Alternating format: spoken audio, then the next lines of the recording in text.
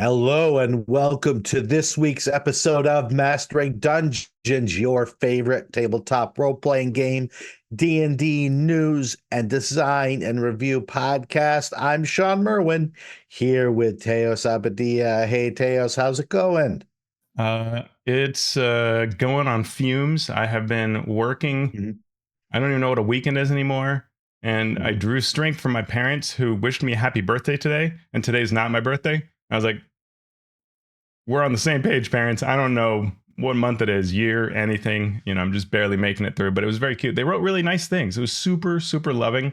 And then they said, oh, and because they're in Europe. So they're like, I don't know, maybe Yeah. they thought I'm ahead or who knows what happened. But either way, at the end of it, they were like, oh, wait, today's not your birthday. And so we had a good laugh. And Well, happy not your birthday, thank you. and then Thank you. happy birthday. I assume your birthday is around this It's time. tomorrow. Well, Okay. in our Yeah. timeline, not the listener timeline. Yeah. So Yeah. Well, happy uh birthday. thank you. Thank you. I still think one of the best jokes you ever did was when you told everybody on Twitter that I was turning 60 when I was like Yeah. 45 or something, and a lot of people really Yeah. believed it, which made me feel really good about myself. That sounds like something I do. That sounds like something I do. Like that you don't remember. Yeah, It was legendary. yeah, I had a sad weekend last week. A friend of mine passed away. Oh, I'm so Uh sorry, Shawn. and we buried him on his birthday, Oh. which was a couple days ago, which is odd but also sort of fitting. And this was the first time when someone who I was really close with growing up, Yeah. who was one of the probably three people responsible for me getting into D&D, was a Wow. great DM, was a great storyteller. I would not be sitting here today for sure if it weren't for Steve. Mm. So my hat's off to Steve. Good luck. And for all of you out there, you know, appreciate the people who you Mm. share this hobby with, because it's a very passionate thing for a lot of us. And so that's all I had to say about that. Big hugs, my friend. Thank you. Yeah, it's tough. This is one of the things that you have to somehow hit a certain age to really appreciate what it's like to either know you're on the threshold of that because you hear it through others, or to start experiencing it.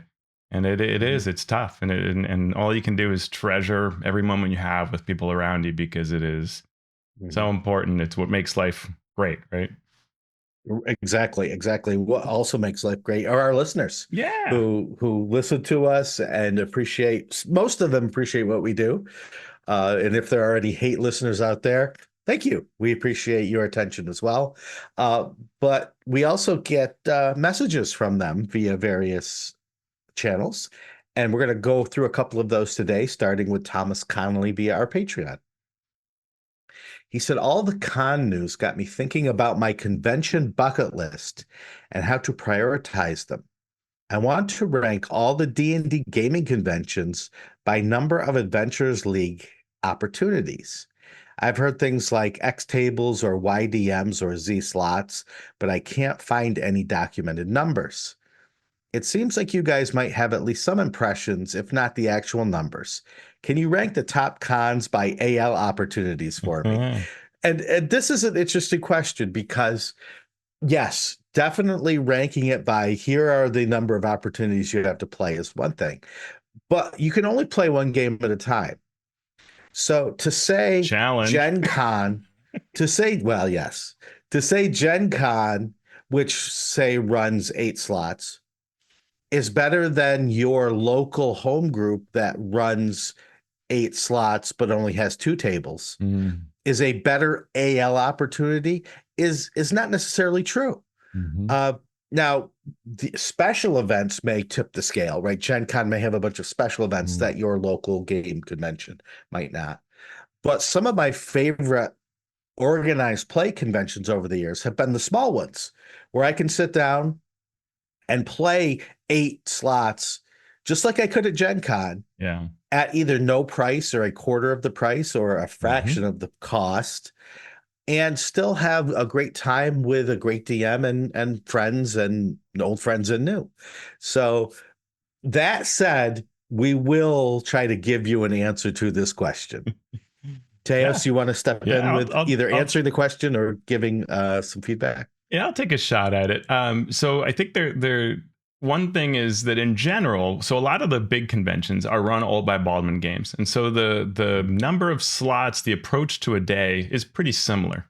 And even outside of conventions that Baldwin Games runs at Origins, Gen Con, PAX, various Comic Cons, Winter Fantasy, um, even outside of that, the schedule ends up being pretty similar, right? In that you're going to get, 3 to 4 games a day, and there are going to be some number of days, depending on what your travel schedule is and what the convention provides. So, like PAX, for example, has more days, but it actually tends to offer fewer adventures because a lot of it is focused on like learn to play. So there may be only but so many adventures. If it, like the folks who come over to PAX, and I'll be headed to PAX this week, we do have some people who are hardcore AL, and they often replay things because they're that hardcore. Because we're not offering new things in every slot, and that's where it gets tricky, and it can vary from year to year. So, and as you mentioned, special events make it more complicated because what we want is special stuff. Well, the bigger conventions have more of that. So I find it's pretty similar. Like you said, if you can find a local convention, the nice thing there is, especially if you get to know your community, it's a lot easier to organize late night extra slots. And this is something we did all throughout living Greyhawk. We'll talk about Greyhawk in the second part of the show. We used to do things like I would go to Bissell, which was Connecticut, and I would play the offered slots, and then I would play 2 Midnight Madness slots, if not 3. And so the number of adventures I could play at a convention like that was huge because I could do all of this before the convention, or even on site wrangling of impromptu DMs who would run things for us, and we would crank out. I think at one convention I did 23 adventures, 23 4-hour adventures, which is not really possible if you do the math, and that's because of various trickery things that we did to run very short, very quickly. It was just, I wouldn't recommend it, kids, but we were young and we needed the certs. You were 50, young and foolish. I was in my 30s or 20s, or I don't even know. I'm going to add 10 at least, no matter what. 15. That's fair. Yeah, and another contributing factor to the chaos now is that Adventurers League is sort of this amorphous thing that could mean a lot of different things. When Adventurers League first started, it was, these are the adventures you could run, and this is the character you could play. And there wasn't a lot of confusion of what was what. And now with different campaigns, with different rules, with CCC content and convention-specific content, like Baldman Games does the Moonshine Isles stuff, and we've announced some more Game conventions. And, Singapore, the Greasy Snitches, and in the UK. So that becomes even more confusing about what is AL, what's not, what's premiering, what's been around forever, what haven't I played. It's harder to focus that into one specific, this is the convention. If you're going to a convention that Baldman Games is running, there's a good chance that you are going to have slots full of new or special content. Same thing with Gamehole Con, same thing with these larger conventions. Beyond that, it's very hard to say. You have to check in, as Teo said, with each individual convention, especially when you get into the PAXs, to Comic Cons, to those sorts of fan expos, those sorts of things where it could be a lot of AL content, or it could be just a couple run over and over and over again.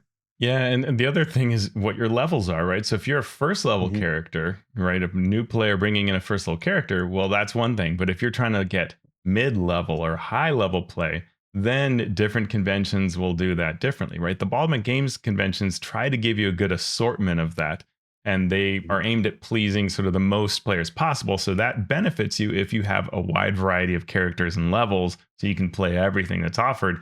If you're either brand new or really established, well, then that will change things up. I will share, if I can pull it up quickly here. Yeah. A fun number, which is that at Gen Con, Dungeons and Dragons offered through Baldwin Games 15,815 seats of D&D. And so that gives you a thought of just how big that is, right? That's an enormous number of opportunities. When if you have hard pressed to rank them, I mean, the reality is your Origins, your Gen Con, those are going to have the most. Winter Fantasy is right there, and then the others will be less than that, right? I'd have to look and see how Gamehole Con compares, and I'm not entirely sure. But a big part of it, I would say they're close enough to what it translates to is a lot of opportunities to get to play. If you can find a slightly smaller convention, your chances to land what you want are better, right? So Gen Con has a lot of seats, but a lot of people, to counter those, lots of DMs. So Winter Fantasy, it's probably a little easier to grab the particular seats you want, the schedule you want, if you sign on that first day. Gamehole, same thing. Even smaller, more and more chances that you'll get exactly what you want, even if it's a little less. So it really plays off, and there's no one answer that will really fit all this. Next question comes from Snaggy13 via YouTube. Less experienced DM here. I have generally been using passive perception in combat, but probably in a broken way. If a player is in initiative order, i.e. we are counting actions, reactions, etc., I have been checking the character's passive perception, and if it's high enough, and they mention looking, they just see whatever there is they're looking for. Traps, patterns on the floor, a weapon in a corner, etc. It has been an edge case for a while. I just think it is generally better to err on the side of too much info, given that they will forget 85% of what I say anyway. Love that. Am I doing it wrong? Advice is welcome.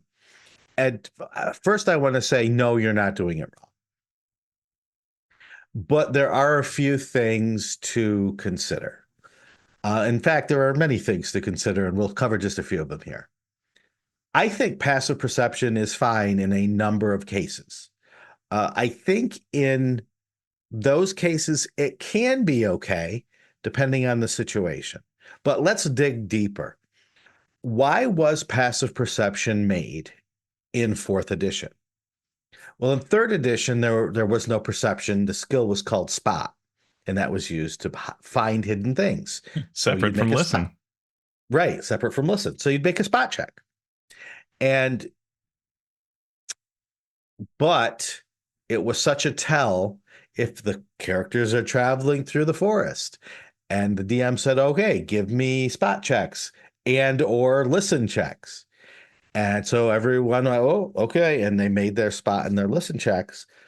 And if, say, everyone fails, okay, the DM says nothing. Everyone changes the way they behave, right? Because an in-game clue has put in the player's mind something, so now their characters start more actively searching, right? They change their marching order. They start doing things. And so like they would go back, right? They double back and be like, we walked through the area again. Like, and then the DM has to go, why? You wouldn't do that. And like, well, we're going to, I want to set up camp here. It's like, come on. Right, exactly. It changed the game. There was a dissonance there. So what 4E designers decided to do was make this passive perception check so that the DM, while this was happening, could just go, okay, oh, no, nobody has an 18, so they don't see it, and you're surprised or you miss it. But then, as with any game, the players will begin to game that. So they would find ways to boost that passive perception to the point where they could no longer fail, or it would be very infrequently that they would fail. And then they would want to use passive perception all the time. And what passive perception was meant to do was, when you have no reason to search and look around, here's the chance that you will spot something. So they want to, while they are actively looking around, want to use their passive perception. Yeah. And again, that's not what it was there for. So we could talk about the difference between active searching and passive passively observing or just passively moving. I'll stop there for a Yeah. second, Teos, and let So you get some two I think cents in. that's awesome. I love it, love it, love it. Very astute. What I would add to this is going back to, what am I doing wrong? You're not doing anything wrong if you're having fun. Mhm. What I would say to DMs to consider is the effect of sort of always revealing things, right? So if you're going to use Mhm. passive perception and you're going to say, hey, you see this, you see that, you see the other, that's fine. And if your notes are accounting for it, that's fine. And then we can think about what the kind of engagement is that you're generating. So if you are making the world interesting through this, then all good, no problems, right? So if you're constantly saying, like, hey, Sarah, you just saw this thing over there that looks really cool. It's a discarded weapon kind of wedged in the corner. This is neat, right? It's showing the world off. It's using, and if you describe a trap as something about those flagstones seems off, you're going to want to investigate that. Then that's really cool, right? Mhm. But what often happens at tables that kind of follow what you're talking about is they will say, "You find a +2 sword, Sarah. Hey, Jeremy, over there looking, you see a trap, and so you can avoid that." Now what you've done is removed the fun exploration from the game Mhm. and you have solved the problems, right? Right. And that is what players' minds lead them to do, right? They'll think, well, if I take the observant or the alert feat and I do this, and then, then I will see everything and I will never be hurt. Well, Mhm. you will be hurt in your soul Right. because the game becomes so boring that every trap is solved for you. And the point of a trap is engagement, not punishment, right? And so if you find that in your game, your passives are resulting in an unengaging game, and you still want to use the passives, you must make what they see engaging so that you're still on the right track. Or only use passives, as Shawn said, which is really what was intended back when the designers created it, so that it's a way to solve a problem without giving away the surprise and seeing whether you find some clues. But don't remove that engagement. Mhm. And then if all of this question, if this question comes from our conversation about the need to spend actions, the search action, the study action, uh, when also doing other things in combat, you don't remove the problem of doing any of the other things that we talked about. Yeah, And in fact, you almost make it worse because now you're giving this thing a free pass, but you're still making everything else spend some resource to do it. yeah, And so you funnel everyone toward the mindset of, okay, if there's a shortcut here, there must be a shortcut elsewhere. And they will either search for that yeah, shortcut or demand that shortcut. yeah. So yeah, the question still comes back to fixing a system that needs to account for making play engaging without making it punishing. Totally. Yeah. And 2024 makes it almost, well, I don't know if it makes it more complicated. It's at least as complicated in 2024, and that 2024, Sure. by approaching things in a sort of piecemeal fashion of various bits, right? What is searching? What is the invisible condition? What is passive perception? But not telling you how it all works altogether. Maybe it does in the DMG. Means that it's a little unclear, and we're back to the same situation of you've got to decide how to run your game so that you get great engagement, and the sum of the parts must equal that whole of engagement. That's when you know whether you're doing it wrong or right, is whether your players are excited and engaged, and hopefully don't feel invalidated for character choices, but their character choices aren't stripping away that engagement. Very true. So thank you for those questions, Thomas and Snaggy13. Now let's get into our news and commentary section, starting with D&D Direct. Either on the show or at some point, we were discussing, oh, they haven't done any sort of Yeah. live D&D Live or D&D anything. Hmm. And not long after that, D&D Direct was announced. Due to Because of us. the Because of us, I'm sure, due to the magic of temporal podcast, D&D Direct will have already happened when you listen to this, but has not happened yet. It will happen August 27th at 9 a.m. Pacific on YouTube. Wizards will have launched D&D Direct. So we'll talk about it in detail next week. What events are going to be covered? Another peek at the 2024 Player's Handbook, a look at the future of D&D, upcoming products, more information on Project Sigil, a closed beta coming, and you can still sign up for that closed beta at dndbeyond.com/project-sigil. And a talk about the collaboration they're doing with Magic the Gathering to celebrate the 50th anniversary of Dungeons and Dragons. Yeah, and I would guess that last one is the we've already talked about on the show about the secret layer drop, which will be live by the time you hear this. So you can, because it's tomorrow sometime that it goes live. So you will be able to get those cards if you want, and celebrate that fun coming together of the two. Yep. Next in news, D&D Beyond outlined what would happen between 2014 and 2024, and then they clarified their position, and then they re-clarified their position, and then they slightly changed their position. So I'm going to hand this one over to Teos.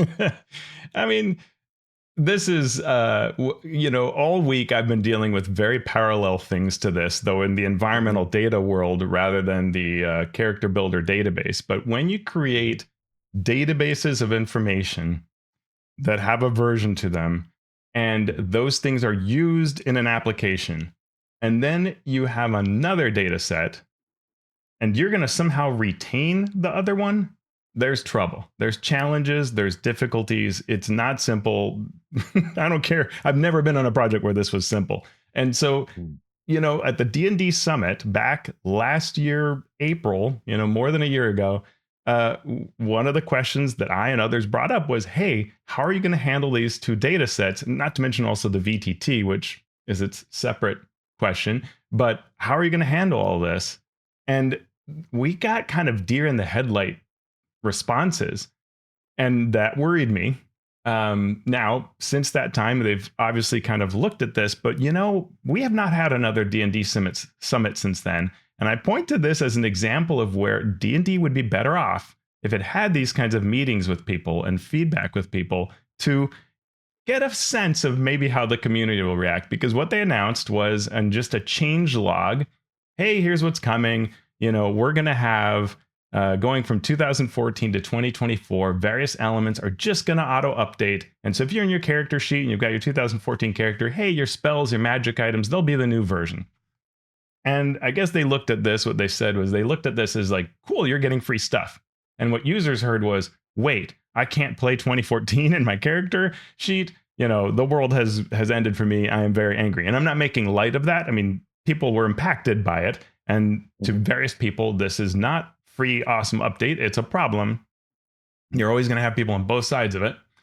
And there was a lot of ire online, including a lot of disinformation. So then D&D issued a clarification, but people were still very angry. And where they've ended up with is going back and saying, okay. And this came at like last night at, I don't know, it was very late in my time when I saw it. And so on a Sunday night, they issue hey, we're going to do it differently. We are going to have the ability that if you have a 2014 character sheet, that character sheet will retain the 2014 elements. And that's complicated, right? Roll20, by the way, was loving this. They have talked about how, with us, you can choose whether you want 2014 and 2024, to which I say, not so fast, Roll20, because you're being very clear about how you can choose one or the other. But you have people on all sides of this, right? You're going to have people who want to say, hey, I do want to have mostly 2014, but some 2024. This is a mess. It's a mess for Roll20. It's a mess for D&D. D&D, as usual, gets the giant spotlight and the giant internet ire. I can only imagine the poor developers who probably had a meeting some time ago to set this all in stone, talk through all the technical issues, the reasons why a compromise was found. This was the compromise. And they come in on the office today and learn that they are going to have to do a whole different level of work. I pour one out for all of you. I know what it feels like, and I'm sorry. There's no right or wrong here, but maybe Wizards should have things like D&D summits to talk through things with people and not be blindsided when communities react this way. That's my point. What do you think, Shawn? As somebody who was a project manager for a software company for a while, right, we had user groups. We would, if we were planning a big revision, if we were planning on even small changes, we would go to our user group and say, hi, valued users, thank you for being in our user group. Here are the things that we plan on doing. Please give us your feedback, and then we will make our final decisions based on what you have to say, because you are the ones that need to use this software. And it's different for this as opposed to what I was doing, but in some ways it's not. And you call it the summit, I call it a user group. It really helps to get feedback from people who are using this and have been super engaged, right? Your super users and your super fans can give you this valuable feedback so you don't put something out which then kicks in the the Pinkertons killed 2 people. Someone thought that the Pinkertons had killed someone Really? on behalf. Yeah, I was dealing with Wow. that. Oh Right. gosh. That's how this works. And then rather than solving the problem, you are dealing with these wild, unfounded rumors. Yeah. And you spend all your energy there and you never get to solve the problem. So and the if you thing can is, get ahead of it, get ahead of it, it right? helps. Because they could have, that changelog was handled like a sort of techie kind of thing. I mean, it was a mix of it, but if you're going to talk to your customers. This is the change we're implementing. Here's why. It's super hard to do this stuff. It's super labor intensive. All the choices carry pluses and minuses. This is the path we're following. Test it out. We'll have a feedback period, something like that, or test it internally with people, talk to people in user groups.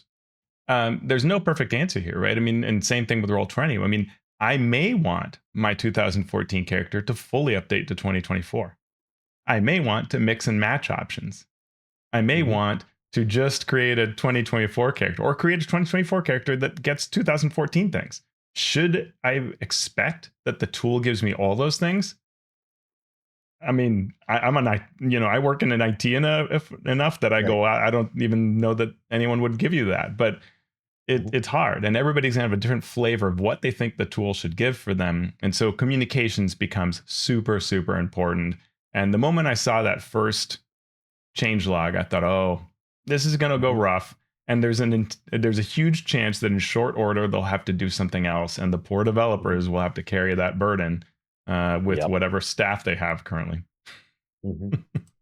It's true. Hey, speaking of staff, speaking of staff, D&D is hiring a game designer.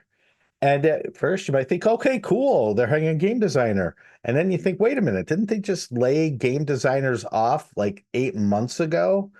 And now they're hiring back? So the answer to that is yes. Some people have justified it by saying, well, they've promoted game designers like Justice Arman, and so they need to refill his position. But also, they didn't need to lay off game designers back then because of the lack of work. We know that they laid these people off because of what the toy division was going through, and everybody had to lay people off to assuage the shareholders and the board of directors and not fight internal politics. To get the stock price stabilized or even going back up. When you lay off people, we know your stock price goes up. And so, hey, there's a game designer position. If you want to be a game designer, you can make $86.7 to $145,800. So, hey, great for you. Always keep in mind, what has happened, not Yeah. just in the last 8 months, No. but over the last 20 years or however long that Hasbro has owned Wizards of the Coast. Yeah. If if you uproot a family, if you leave a great situation hoping to do this, there is always the chance in less than a year your position will not be there. Yeah, and the fault's So not keep it in yours, mind. employee person who went through this, Right. Dan, Dylan, anybody. I mean, all our hearts, Mhm. huge hugs. This Yeah. sucks. Yeah. But also it's just, we as people who get hired must know this is the reality. And that's it's a shame because it would be a dream for most people to work at Wizards of the Coast if it weren't for these things. But these Mhm. things are part of that reality. And it can happen Right. at any time. And it's historically happened. It's happened at TSI, right? You listen to When We Were Wizards, and it's these waves of layoffs and a lot Mhm. of conversations on that podcast about it. It's remarkable and sad. And Mhm.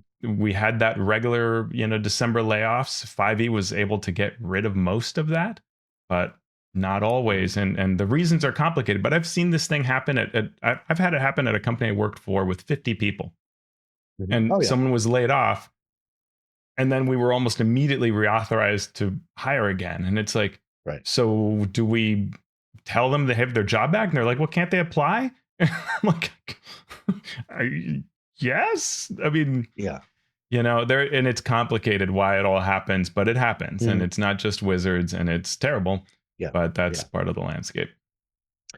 Very true. What is also part of the landscape is Tiamat coming to Amazon Prime. Hmm? Amazon has announced an anthology series called Secret Level, with each of 15 episodes featuring a different game, and it looks like D&D is one of those games. The trailer showed Tiamat breathing her breath weapons. Another scene showed a dragon lurking in the shadows, a dwarf, and epic landscapes going across the screen. If you saw the show Love, Death, and Robots, then this is the same studio, and the show will premiere on December 10th. Yeah, it's a cool trailer. Just glimpses, but that'll be neat to see. Mhm. So tell me about Paizo. We had Yeah. mentioned before about its community use policy. Could a big company or even a small company reverse its course on a decision? No, the I've never company seen that that happen. launched the orc license so that companies can't change agreements, Shawn, they wouldn't. Okay, wait a minute.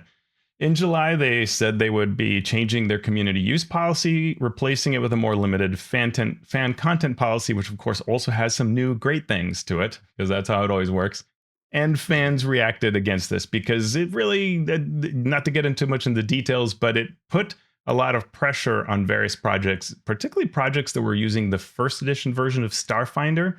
And this was seen as a way to try to prevent kind of 1E things happening until 2E was released. Mhm. And so Paizo has now reversed course and kind of activating both policies. So the new fan content policy will allow you to do some kind of neat new things, like maybe create merch, but you will still also be able to use the old policy. Yeah. And it just shows that companies, this is the new modus operandi for companies, right? It's like, okay, we have this unpopular thing to do. Let's just do it. And if nobody says anything, great, we got away with it. And if people speak out, we'll see how much they speak out. And if it gets to the point where it's going to hurt us, then we will start to walk it back. Yeah. What So, if they don't, though? keep it up. Keep it up out there. If you see something happening, without spreading false Right. rumors, speak out, Yeah. speak your mind. If the company changes, great. If the company doesn't change, like we see with people who are destroying our planet, then they have too much power because Mhm. they don't care what you think. They're just going to do the thing Yeah. that they're doing. Yep. Because they hold all that power. Yeah. Mhm. Keep places Mhm. accountable. So, two fun things, Shawn. Universal Studios has what they're calling FanFest nights for D&D. And this starts in Mhm. spring 2025. They're doing Back to the Future, Star Trek, and D&D. And they did say a lot, but there'll be like immersive experiences and celebratory moments and themed food and stuff you can buy. So details to come, but we've linked in the show notes to where you can keep an eye on it and even get email alerts for whenever it comes out sometime next year. And then in Rochester, New York, the Strong Museum of Play will have a D&D exhibit celebrating the 50th anniversary. It lets you check out historical artifacts, early game prototypes, artwork, and even the history of controversies over the years. So that's interesting. You can create characters, monsters, dungeons, do a personality test to figure out your class. And this is neat. Be a dungeon master for a 5-minute campaign. Wait. Yeah, the Strong Museum is 2 hours away from where I live. I've been there once and it was awesome. Huh. And that was many, many years ago, and it's only gotten better. They also have like a toy Hall of Fame and a video game Hall of Fame now, Cool. where you can play all of these really, really, really old video games. Wow. And it was quite an experience when I first went, and it's only gotten so much better. And I will definitely be heading there soon. Cool. Goodman Games is launching a DCC and 5e organized play campaign. This will be year 0 for the program. They're holding events at they have held events at GaryCon and Gen Con, and it will come to Gamehole Con. So you can play a character on the 5e track, or you can play the DCC track. You can't cross the characters over, but you can play in both campaigns if you so choose. And this makes total sense to me because Adventurers League, as we already mentioned, is sort of all over the place and not moving in a coherent direction. They're refusing to just create a new campaign, which I think many people believe they should. So that leaves other forces ready and willing to step in and create a coherent, fun, simple, thriving campaign. So we'll see how both the DCC and the 5e version of the Goodman Games organized play campaign does. Yeah. Yep. I had a fun time reading Lucas Cockram, who is a really nice guy I've hung out with at Winter Fantasy, and he is on our Discord as well. He has a blog series called the Giantsbane blog, and he's been going through the Planescape series, and he actually has a product as well in the DM's Guild where he provides these insights, pulls them together as he goes through running the series. And he started with, his read through and our advice that we did on our podcast. And then he's been putting this all together into how he runs. So you can get the outline of it on thegiantsbane.blogspot.com. And then on the DM's Guild, you can also find his write-ups. Last but not least, we talked about Brandon Sanderson's Cosmere RPG getting off and running to quite a start. Well, it has surpassed all other role-playing game Kickstarters. It is now at 10.5 million, 36,000 backers, and there's still a couple days to go. So we'll see. Usually there's a little kick at the end, so we'll see what heights it might reach. It's incredible. Yeah. It's just Demiplane already has a Nexus for Cosmere, so you can go in and play around, create a simple character, and we'll see when the game comes out how it plays, because that's always the big question.